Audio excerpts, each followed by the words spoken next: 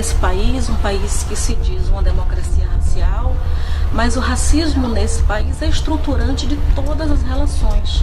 Quando eu entro numa sala, não entra apenas uma mulher, entra uma mulher negra. E as pessoas me leem com a máquina do racismo montada, mesmo que essa pessoa não seja racista. A teoria da democracia racial também está baseada na ideia de que o racismo é algo individual. O racismo ocorre quando um indivíduo específico ofende, distrata, discrimina outro indivíduo específico. Obviamente, essa definição é extremamente problemática, porque o racismo tem uma dimensão institucional, o racismo tem uma dimensão estrutural, o racismo tem uma dimensão cultural. Agora, os brancos têm que entender uma coisa: eles não podem ser o algodão entre os cristais. Ou seja, eles não podem ficar pedindo moderação, né? Eles não podem querer liderar, né, o movimento negro, eles não podem querer ficar pedindo calma quando nós estamos sendo assassinados. A carne mais barata do mercado é a carne negra.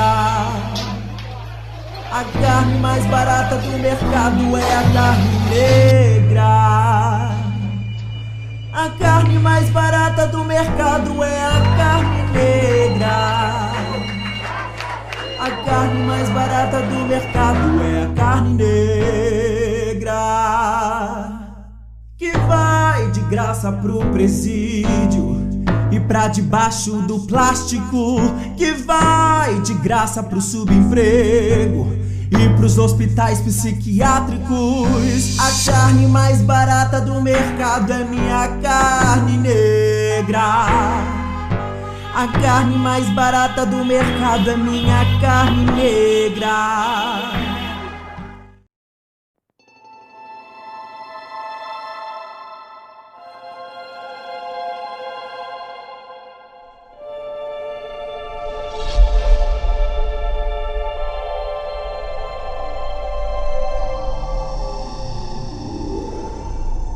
O racismo denunciado na morte de Alberto Freitas no interior da loja do Carrefour em Porto Alegre no dia 19/11 de 2020 não se trata apenas de uma decisão pessoal dos seguranças em espancar Alberto até a morte por ele ser negro. O racismo tem sua origem em dimensões mais profundas e estruturais e tem nesses atos uma consequência direta, um efeito concreto. Logo, não se trata de um desvio moral ou algum tipo de patologia dos que cometem algum tipo de racismo, como nos ensina o professor Silvio Almeida, mas um efeito possível e esperado de uma sociedade que tem o racismo na formação das estruturas que a organiza e, por consequência, naturaliza atos hediondos como este na vida concreta e cotidiana dos negros. A morte de Alberto é a ponta de um iceberg que aparece a partir de uma estrutura formada com base na subalternalização, invisibilidade e silenciamento histórico do povo negro desde a formação da estrutura social brasileira. A própria inconsciência que nos faz negar ou acreditar em uma suposta democracia racial tem como marca expressiva o silêncio e não a afirmação. Diferente do racismo estadunidense ou sul-africano, onde a segregação e a discriminação historicamente foram explícitas, tornando-se evidente e inescapável seu enfrentamento direto, o racismo brasileiro se encobre sob o manto da falsa democracia racial, agindo silenciosamente dentro das instituições tanto públicas quanto privadas. Quando o silenciamento não é suficiente para encobrir atos cruéis que ocorrem ocasionalmente, como no caso do Carrefour, é comum o negacionismo e a inversão lógica. Quero fazer uma rápida defesa do caráter nacional brasileiro em face das tentativas de importar para o nosso território tensões alheias à nossa história. Nega-se a existência do objeto do protesto ou o seu sentido. Para mim, no Brasil não existe racismo. Isso é uma coisa que querem importar aqui para o Brasil, isso não existe aqui. E ao mesmo tempo invertem-se as intenções, dizendo que se trata de racismo o próprio protesto contra o racismo. Então eles inventam coisas como racismo estrutural, sendo que isso não existe. O que existe é racismo induzido, que visa criar cisânia na sociedade para se aproveitar. Né?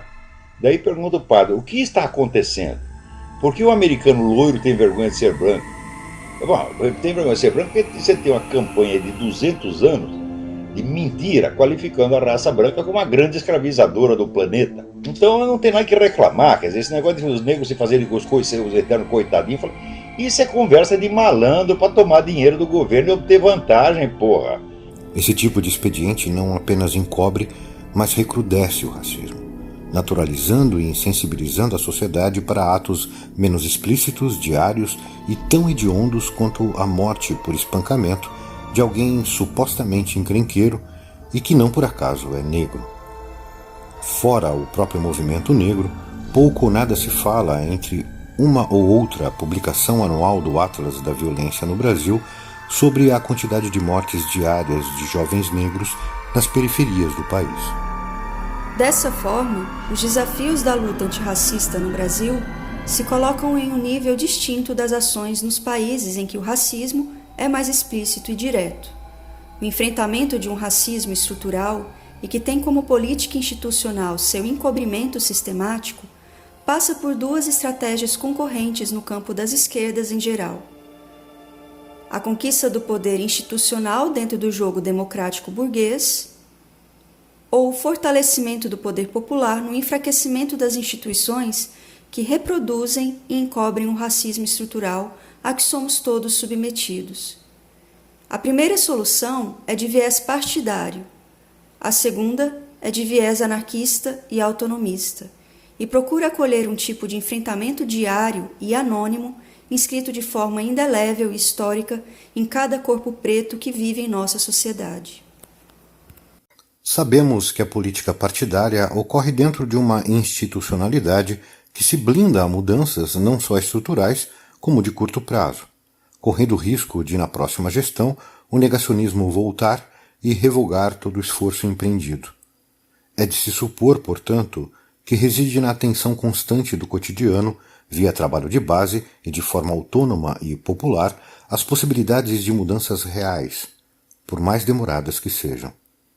Conforme nos diz Ashanti Alston, ex-Pantera Negra, o próprio povo tem que criar estruturas em que articulem sua própria voz e em que tomem suas próprias decisões.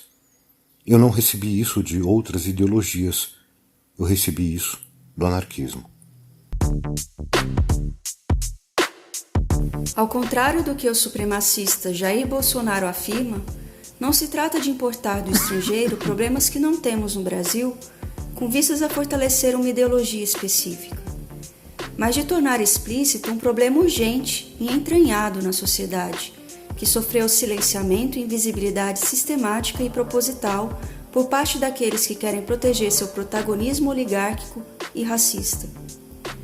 Mais do que tornar explícito, o processo é de luta diária para sua conscientização e erradicação desde as bases, de forma a exigir e conseguir reformas institucionais orgânicas e duradouras que impeçam, inclusive, a negação e a relativização por novas gestões institucionais. Mais do que uma luta concreta e absolutamente justa do povo negro, trata-se de uma luta também conceitual por justiça, a qual deve contar com o aprendizado da população branca e seu engajamento. Ou seja, transcende a questão étnica para uma questão histórica, que deve ser compreendida e trabalhada com afinco por todos aqueles que a compreendem como injusta. E de que forma os brancos precisam somar a essa luta? Da mesma forma que o povo negro precisou entender e criar o conceito de negritude, que ultrapassa a racialização criada pelos brancos para designá-los pejorativamente como negros, a população branca precisa entender as dimensões que envolvem sua branquitude.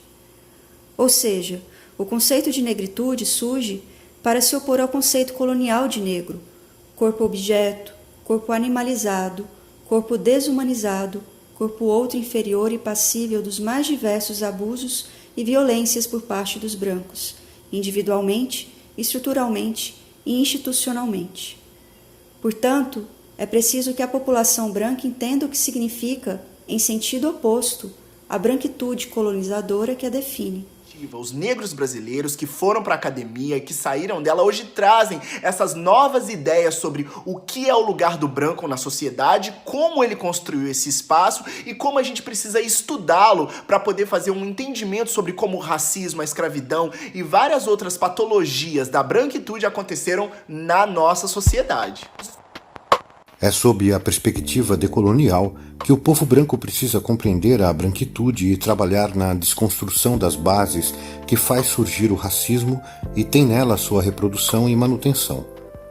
A perspectiva decolonialista irá produzir a compreensão de como a colonização das Américas deixou marcas que se expressam na estrutura econômica, na produção material, na estrutura política de poder, modos de ser, cultura e saber, educação, que organizou e deu destino à sociedade brasileira e latino-americana e nos legou a própria noção de raça, que se manifesta em atos concretos ocorridos no interior de uma estrutura social marcada por conflitos e antagonismos, mesmo que encobertos e silenciados ideologicamente.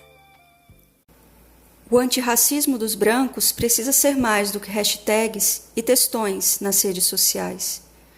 Precisa estar na rua, onde ele ocorre, no combate orgânico e diário, fora do cotidiano confortável e privilegiado em que vivem. São questões para se dormir e acordar com elas, mesmo que jamais se compreenda o que é tê-las inscritas no próprio corpo.